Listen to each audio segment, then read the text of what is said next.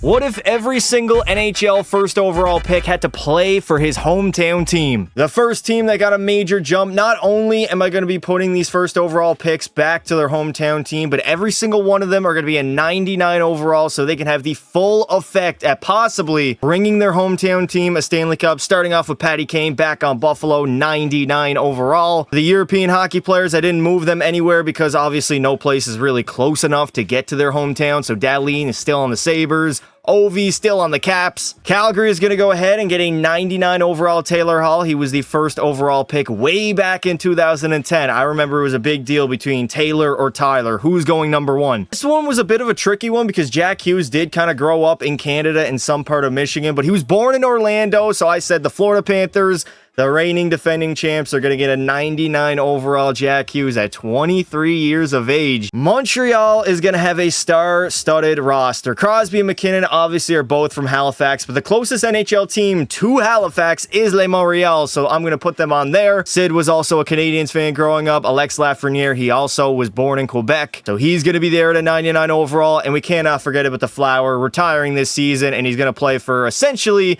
his hometown team. The best team in this simulation, I'm not going out on a limb here, it's going to be Toronto. I mean, take a look at the list of 99 overall players. They got Stammer, John Tavares, Owen Power, Connor McDavid, and Aaron goddamn Ekblad. They are loaded. 5 99 overall skaters to their roster. As if they weren't good enough, they're still going to have William Nylander, as well as Morgan Riley, Brendan Carlo, all the other pieces, and then Anthony Stolarz between the pipes at an 86 overall. The Utah Hockey Club. Now, I know Matthews is not from Utah, but this was pretty much the Arizona Coyotes. No, Arizona got relocated last season. He would have been on there when we did the video last year, so I said why not throw him on? Not the hockey club any longer. It is the Utah Mammoth, a brand new name to this franchise. The last team that got affected greatly because of this was Vancouver. Ryan Nugent-Hopkins at a 99, as well as Macklin Celebrini and Connor Bedard. So 399s for Vancouver is not too bad. They should be definitely a threat in the Western Conference. Quinn Hughes is still going to be there, as well as Pettersson, Besser. You get the deal. Now that we know what teams are going to be absolutely loaded and what teams suffered because me changing their best players and first overall picks, who is going to go on and win the Stanley Cup at the end of the season? That is the question I pose to you guys. Put it in the comments right now. No cheating. No really surprise here, as Toronto is going to be the best team in the regular season. 59, 18, and 5. Probably their best record in franchise history. Montreal was only one win behind with 58. This could be a potential second round match of two of the absolute super teams going at it. We got Vancouver in the top three. Tampa Bay won 49 games. Calgary, Edmonton, Dallas. A lot of these teams really did not get affected. What about Buffalo? Tell me, yes, the Sabres finally broke the curse and made the postseason. Sid's going to rewind the clock a little bit, lead the NHL in scoring with 130 points. We got Alex Lafreniere beating the bust allegations at 128. McDavid still good, obviously. Stammer was with 111. Macklin Celebrini as a rookie would end up putting 110 points on the board. Leon's there. McKinnon, Quinn Hughes, Patty Kane still doing his thing at age 36. And on the goal side, Alex Lafreniere, Esti the Tabernac. 60 goal season, tying alongside Pasternak. We got Draisaitl with 59. Stammer had a good year too. Celebrini with 52. Bedard 52. Eddie Kane had a 50-goal season for, I believe, the first time in his entire NHL career. I don't think Kane ever hit 50 goals. He was more so of a playmaker. He had 46 way back in 16, and I believe that is his career high. But they don't call him Showtime for no reason. Take a look at those numbers. Man showed up when the lights were the brightest. Thatcher Demko finally doesn't have a broken leg and is going to play in the NHL. 52-win season, breaking the single season record for goaltender wins. And on the shutout side, Andrei Vasilevsky, only 30 years of age, putting up 9 shutouts, and I mean his resume already is absolutely elite. Look at his playoff numbers here. He had a 937, a 927, and a 922 in 3 straight playoff runs, where they made 3 straight Stanley Cup finals, which is absurd. And here is what our current bracket looks like. Vancouver in the Western Conference are by far and away the favorites to come out of the West, and in the East, I mean Toronto and Montreal. They're going to have to play each other in the second round, which sucks, but it's definitely going to be one hell of a playoff series. We are going to be watching these teams a little bit closer than others in Vancouver, Toronto, Montreal, and of course, what was the other team? Buffalo, I believe. Right now, the Nucks, they are up 3-0 over the LA Kings in the first round, taking a page of the Edmonton Oilers book, and they got a 4-1 lead entering the third period. Never mind, Quinton Byfield on Thatcher Demko. It is a 4-2 game. Hold up, the LA Kings are not out of it, but Dakota Joshua, out of nowhere, extends the lead to 3. with 7 minutes remaining in this hockey game. 4 minutes to go. 59 seconds remain in game number 4 between the Kings and Vancouver. The Canucks with a 99 Celebrini. Look at this man move the speed. Brock Besser in the slot, and David Riddick is forced to cover that up. 37 seconds to go. Quinn Hughes into the zone. The captain, who's probably going to leave to go to Jersey in a few seasons. Oh my, yard sale on Brock Besser there. That dude got clobbered, just like Peter Griffin did to that chicken in that one Family Guy episode. 20 seconds remain. Celebrini moves up to Nuge. Nugent Hopkins into the zone. 18 seconds to go. It's a 3-goal advantage for Vancouver. They're looking to move on to round number 2. And with 10 seconds remaining in this game, the LA Kings yet again have failed to even win a playoff series since 2014. Luckily, at least it's not the Edmonton Oilers. Nonetheless, the Vancouver Canucks are going to go ahead and sweep their asses in round number 1. Toronto has a 3-0 lead over Ottawa, just like they did in real life. Entering the third period, it is a 1-1 tie. Now, unlike the real life Leafs, I don't think they're going to struggle that much with closing this series out. Never mind, Fabian Zetterlund on Anthony Stolarz makes it a 2-1 hockey game, as Toronto right now are the odds-on favorites to win the Cup. I mean, look at their team. They got 599 overall players. It is absolutely unfair. 4 minutes to go in the third. Can they force a Game 5? Yes, Ottawa will stay alive for at least one more hockey game. All right, Game 5, back in Toronto. First period, a 2-1 lead. Ekblad and Tavares. There are 2 former first overall picks scoring in a very important game. It is now a 3-1 lead thanks to Johnny T extending Toronto's advantage. The Ottawa Senators have been dominated, only have 16 shots on net, and right now they are 12 minutes away from getting eliminated in 5 games by the Super Team Leafs. 7 minutes to go, 4-1 lead. Bobby McMahon on Linus Ullmark will chip into this one. 41 seconds to go, 4-1 lead for the Leafs. It was 4-1 in Game 7 of 2013. Just remember that, although they didn't have this roster way back then. They didn't even have half of this roster, if I'm being honest. And the Ottawa Senators trying to pour on the pressure right now. Down by 3, getting outshot 33-27. The Leafs trying to win their second playoff series in the Mitch Marner era, because Austin Matthews is no longer with the team, considering the fact he's now on Utah. But I guess Mitch Marner is the face of this franchise for now. 10 seconds to go. Stolarz has had a good game so far. Brady Tkachuk's in the corner. Back to Batherson. Drake Batherson coming out. Back to Chabot. Shooting. Stoley with a save. And the Leafs are going to take care of business in a gentleman's sweep, and they are moving on to round number 2. All right, the Utah Hockey Club with a 99 overall Austin Tomjak Matthews is up 3-1 over Minnesota, but they are getting their asses handed to them here in Game 5. Minnesota a 4-1 lead thanks to Marcus Foligno, as well as Gustav Nyquist, Jakob Trenin, and Marcus Johansson. I'm pretty sure Minnesota, yes, they will dominate Utah and force this series to go to 6 games. No longer the Hockey Club, but the Mammoth have a 3-2 series lead now over Minnesota. They're down 2-1 after the first period. They tied up thanks to Logan Cooley on the power play. And let's see. Oh, wait, Brock Faber on Karel Vejmelka. I was going to say Utah. Can they close things out? But then again, they have Matthews on their team, probably the worst player to have in an elimination game.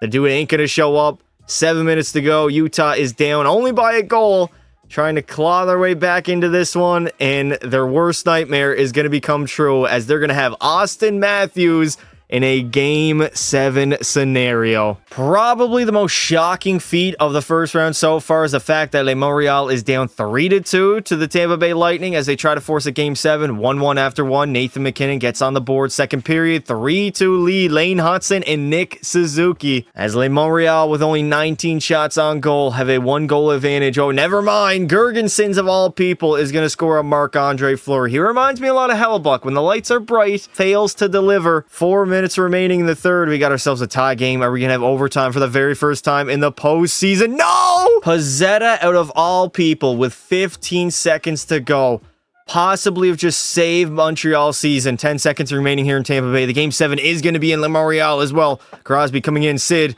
over to Caden Gooley. Backhander on Vassy. 4.2 remaining. And somehow, someway, Michael Pozzetta, the Montreal Canadiens hero in game number 6, has forced a Game 7 in the first round. We got our first of 2 Game 7s. First up is Le Montreal. First period, 1-0 lead for the Lightning. Nikita Kucherov on Marc-Andre Fleury. Second period, all right, we got ourselves a tie game. Line A and Jake Evans. I thought Evans was still in the hospital due to that Mark Scheifele hit, but I guess not. Jake Gensel A Marc-Andre Fleury will give Tampa Bay the lead here in the third period. We're going to need Michael Pezzetta to step up again, but Kucherov extends the lead, and then Victor Hedman basically puts it out of reach. I mean, come on, Montreal. 5 minutes remaining to go in the game, and the Canadiens, unfortunately, the most hyped team, or maybe the second most hyped team, are going to end up losing in the first round to the Tampa Bay Lightning. Let's see how Tommy Egg Matthews is going to do here in the first round in a Game 7. First period, 1-1 tie. Brock Faber and Logan Cooley. Second period, all right, no goal scored by Matthews yet. We're going to see if he wakes up. Kirill Kaprizov out of nowhere, giving Minnesota the lead, but then Sean Durzi answers immediately.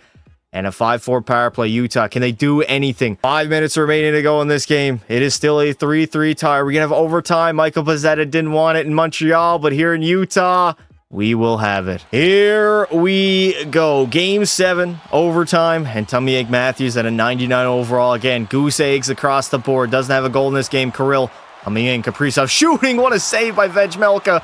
Damn near blew the season away. 19 minutes remaining. Brock Faber trying to take a shot. He does get it on net as Sean Durzi going to skate it out for Utah. Up to Dylan Guenther. Losing it. The Mammoth versus the Wild. What a crazy-ass name combo. Clayton Keller coming in. Over. Okay, he's going to miss that one. Matt Zuccarello. Got an attacker on. Oh my, Matthews with the game on his stick. He couldn't bury it. Are you killing me? Sergachev walking in. Mikhail Sergachev Matthews again on the backhander, and Philip Gustafsson will cover that up. 16-10 left to go. Austin Matthews literally had the game on his stick, and he could not bury it. He was in the slot. Oh my, there it is. A delayed penalty. Matt Zuccarello is headed to the box, and the Mammoth are headed to the power play. This is the opportunity for Utah, man. They got a 5-on-4 power play for 2 minutes. Minnesota's going to clear it out. Ryan Hartman has a step around the defenseman. Hartman coming in. Shot. Nice save by Vejmelka. I mean, you're going to allow a shorthanded goal here in Game 7 overtime. Blasting it from the blue line. Another great save yet again. Matthias Maselli, you got to get out. Where's Matthews? Why is he not on power play number 1? Barrett Hayton's going to lose it. Throw on the first power play. Come on, Utah. We got 13:35 left to go in overtime. Clayton Keller over to Tommy gets, oh my, a yard sale at Minnesota's bench. Austin Tommy Matthews definitely has a concussion after that, as Gustafsson is going to flash the leather. Did somebody say yard sale? My God, Matthews got lit up like an absolute Christmas tree by Ryan Hartman. I mean, that's what happens when you try to admire your past. You get laid the out. 12 minutes remaining here in overtime. Obviously, we're going to stay until somebody gets a winner. Cole moves it up to Keller. Clayton Keller for Utah. Coming in the zone. Keller waiting, trying to sauce it all the way over, but Dylan Guenther could not get on that puck. 10:40 left to go. Bogosian over to Marco Rossi. Marco Rossi moves it up to Zook. Turning it over to Matthews. Sloppy hockey back and forth here. Clayton Keller, though, has an opportunity. Keller over. Guenther. Nice save by Gustafsson. I mean, Guenther had no energy. I doubt that he was going to snipe that one. Maybe full energy, he might, but at 0 stamina, he's got to get off the ice. Dylan Guenther coming in the zone. Guenther waiting, finding Bukestad. Back to Ian Cole, who breaks his stick on a slap shot. Guenther said, F you, coach, I'm not coming off! And there it is. He feeds it out to Bukestad. It is a game winner, a series winner.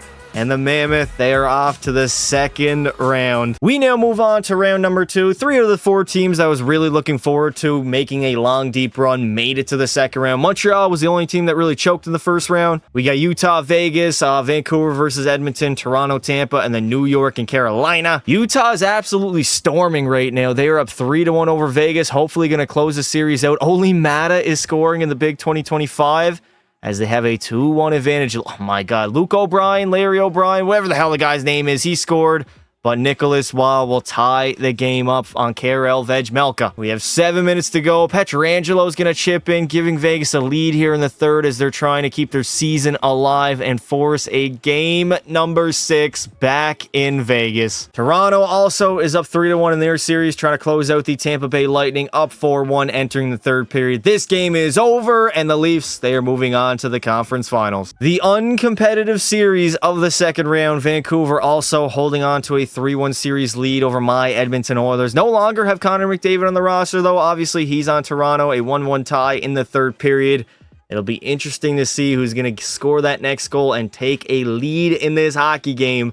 Vancouver outshooting them 34-25. 5 minutes remaining here in regulation. And Evan Bouchard, Mr. Clutch himself, will save the Oilers season for at least one more game. The Edmonton Oilers 1-0 lead after the first period. Brett Kulak on Thatcher Demko. They're trying to drag the series back to Vancouver, but the Canucks, Celebrini, Hughes, Nugent Hopkins, and Celebrini again. And it's going to be a 4-2 lead in the third period. Hold up a minute. Evander Kane. The lights are bright right now. Matthias Janmark, the depth of the Oilers right now are striking Vancouver right in the heart. We got 7 minutes left to go here in game number 6. We might have overtime on our hands here. 4 minutes remaining, 3 minutes. No, Vancouver takes the lead late stages of the third period. Can they close out the Oilers? All right, here we are, a 6-4 lead for Vancouver now. They got an insurance marker entering the third period. 1 minute basically, essentially remaining in this third, as Vancouver trying to head back to the conference finals, I believe for the first time since 2011. It has been a very long time since they've made it there, and they are now 49 seconds away. Quinn Hughes in the corner, getting bodied by Leon. Backdoor, Victor Arvidsson, what a save by Demko. How did that not go in? Victor Arvidsson had a potential. Stuart Skinner's on the bench right now. Leon Draisaitl leading the rush over to Evander Kane. Kane coming in, Kane waiting, firing. Nice save there by Demko. Back to the point again. Jake Wallman finding Kane. Turnover. Brock Besser up to Macklin Celebrini, and he is going to seal the deal with an empty netter. A 3-2 lead in the series. Utah is holding on to. Vegas trying to climb out of a 3-1 hole. No score after the first period. A 1-0 lead thanks to William Karlsson after 2. Utah Mammoth are going to have somebody to step up here in the third period, and it's going to be Mikhail Sergachev on Aiden freaking Hill. Less than 10 minutes remaining in the third. Riley Smith will give Vegas the lead yet again on Vejmelka. 4 minutes to go. Vegas, they were down 3-1 in the series, but we are going to have a Game 7. And back-to-back Game 7s for the Utah Mammoth. Back-to-back Game 7s, but I guess Matthews did win his first ever Game 7 in round 1, so potentially they can pull it out yet again. 1-0 lead for Utah. Michael Kesselring on Aiden Hill. Second period, a 2-2 tie. Barbashev and Stone and Alexander Kerfoot. All right, it's all going to come down to who wants it more here in the third. Power play for Vegas. A long-ass power play. Is that a 5-minute major? Holy hell. Now Utah, they get a chance, cannot capitalize. But Oli Mata, unbelievable, in the third period of a Game 7 is going to give them the lead. I do not believe it. I refuse to believe it. 1 minute remaining here in the third period of Game 7. Utah holding on to a 3-2 lead. Trying to go to the conference finals for the first time in their franchise's history. Can they do so? Matthews, this would be back-to-back Game 7 victories for him, which would be absolutely unheard of. Sergachev coming in the zone. Gets it in deep. A smart play there with less than 40 remaining. Shea Theodore over to Pietrangelo. Vegas having a tough time getting out of their own end. Up to Barbashev. Ivan Barbashev finding Mark Stone on the wall. Ah, my spleen Stone. Where are you going? Behind the net. Stone. Waiting out in front, Barbashev, nice block shot there, empty net for Vegas. Dylan Gunther gets absolutely steamrolled. Keller, come on, man, you got to sink that. 17 seconds to go, still a 1-goal lead for Utah. Olofsson into the zone, finding Dorofeyev, nice save by Vejmelka. Less than 10 remaining, back to the blue line. Dorofeyev loses it. 5 seconds to go. Nick Schmaltz can't sink the empty netter, but it doesn't matter. Oh, wait, never mind. He's going to. He got his own rebound from the end wall, and he will sink it home. And then there were 4. We got Vegas and Utah, Toronto, and New York. Who is moving on to the Stanley Cup Finals? The magic of the Mammoth might have just run out. They are down 3-1 to the Hold up, wait a minute. Never mind, I spoke too soon. Matthias Maselli, Keller, Loston, Krause, and Matthews, they're going to dominate, and they're going to force a game number 6. I'm not even going to say anything, because last time I jinxed it, but Vancouver trying to close out the Utah Mammoth right now, entering the third period. It is a 5-2 lead for the Nucks as they try to get back to the Cup final since 2011. We don't really speak of that considering they damn near blew up their city. Elias Pettersson actually going to wake up in the postseason. A 6-2 lead for Vancouver as it looks like they're going to beat Utah in 6 games and move on to the Stanley Cup Finals. The Leafs are in the exact same position, up 3-2 over the Rangers, entering the third period. Down 2-0 though. Chris Kreider on Anthony Stolarz, as well as who was the other guy that popped that one home? Brodzinski. All right, the New York Rangers do have Igor Shesterkin, so it's going to be tough for the Leafs to score goals. I mean, $5.99 overalls should be enough to do so. Power play for New York. Don't get anything on it, but they don't need another goal. They got a multi-goal lead in this third period, and there will be a Game 7 in the Eastern Conference Finals. This would just go down as another historic collapse for Toronto if they end up losing. 599 overalls, not even making the Cup final. Oh my god. Miller, Breadman, and Connor Soucy in the third period. Are we serious? I'm not going to say it's over, but it's pretty much over. The Leafs aren't getting any scoring support. There's Owen Power. Artemi Panarin extends the lead back to 3.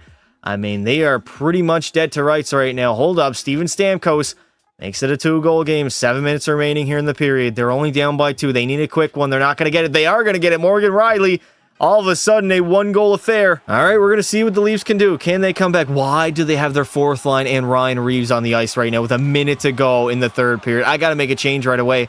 I can't allow Ryan Reeves to spend any time on the ice right now. Mitch Marner moves on over to Carlo. Up to McDavid. Come on. 45 seconds to go. I might pull the goalie pretty soon here. McDavid, the top 5 D-man. Riley Connor runs into the post like Austin Matthews. And the New York Rangers trying to hold on. Tavares shot. Nice save by Igor. I don't know. I might pull it pretty soon here. The computers, though, they have to have possession of the puck. Keandre Miller is going to skate it out for New York. He's into the zone. Miller losing that puck, though, to Brendan Carlo. All right, Toronto, you get into the zone. Anthony Stolarz is gone. Morgan Riley moves it over to Connor McDavid. McDavid, toe drag release. Can't hold on to it, though. Where is the forecheck at, dude? Full forecheck. You guys got to get on them, boys. Go hard on them, dude. Salute. Less than 10 seconds to go. The New York Rangers trying to hold on to move on to the Stanley Cup Finals. Tavares with 3-2. Nice save by Igor. And another collapse in Maple Leaf history as they blow it to the New York Rangers in the conference finals. Well, I was hoping to have Toronto versus Vancouver, but now I got to root for the Canucks, which is honestly absurd to say, but let's go Nucks all the way, baby. Do not blow your city up. All right, Vancouver, it really doesn't get any worse than this, man. You're up 3-1. This is a series you have to have for the future of your city. Otherwise, it's probably going to be absolutely crumbled to the ground. Here we go. Game 5 in Vancouver. First period, 3-2 lead for the New York Rangers. Second period, 5-3 lead as Vancouver is just a step behind in this hockey game. Filipino makes it a 1-goal affair, though. And there we go. Brock Besser will tie it up on Igor Shesterkin. 14 minutes remaining in the game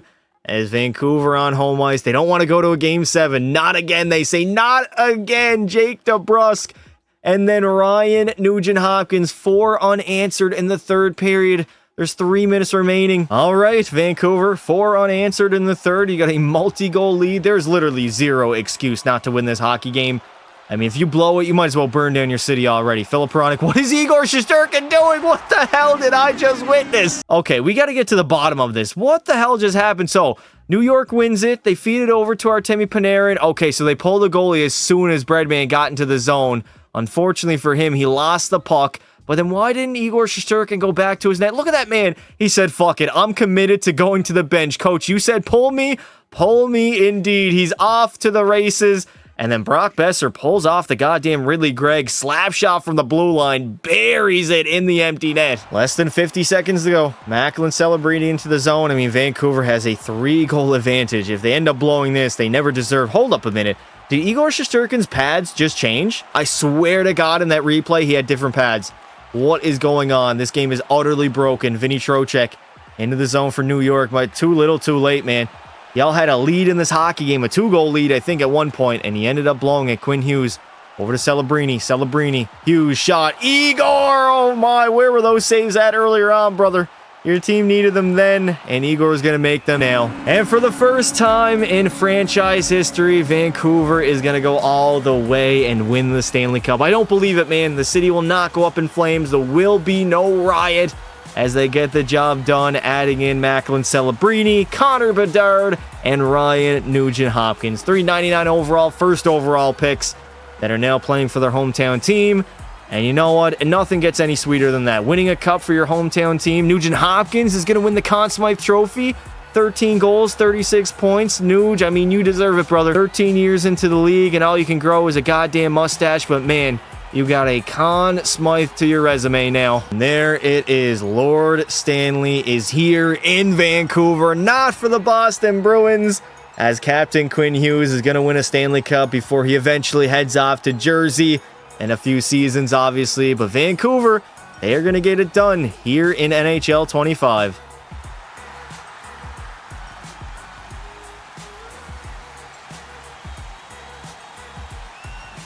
Ryan Nugent-Hopkins is going to lead the NHL in scoring, 36 points, but Macklin Celebrini, he had the most goals at 15, Nuge had 13, Matthews somehow had 11, but 0 in Game 7. Stammer was good, so was Leon and Dylan Gunther for the point side. I mean, we got Quinn Hughes up here, Matthews, Gunther, JT Miller. And for Thatcher Demko, he was rotten. Not 891 save percentage, not really that good, but somehow they actually just defeated the fact that they played with playoff Hellebuck between the pipes. Actually, that is a lot better than playoff Hellebuck. Nonetheless, they won the Stanley Cup, 16 wins, most important. Marc-Andre Fleury in the first round, 3-3-1. He had a shutout, but a 903 save percentage. He didn't play that well for Montreal either. Crosby is going to take home the Ted Lindsay, Art Ross, and Hart Trophy. Lafreniere, the Maurice Richard. We got Quinn Hughes winning the Norris, the Conn Smythe, obviously the Nuggie. Marc-Andre Fleury is going to win the Vezina, and somehow, some way, Austin Matthews the Selke. Well, that is going to do it for this video. If you guys did enjoy it, make sure you leave a like and consider subscribing to the channel. I would like to say thank you all for watching, and until next time, don't be silly.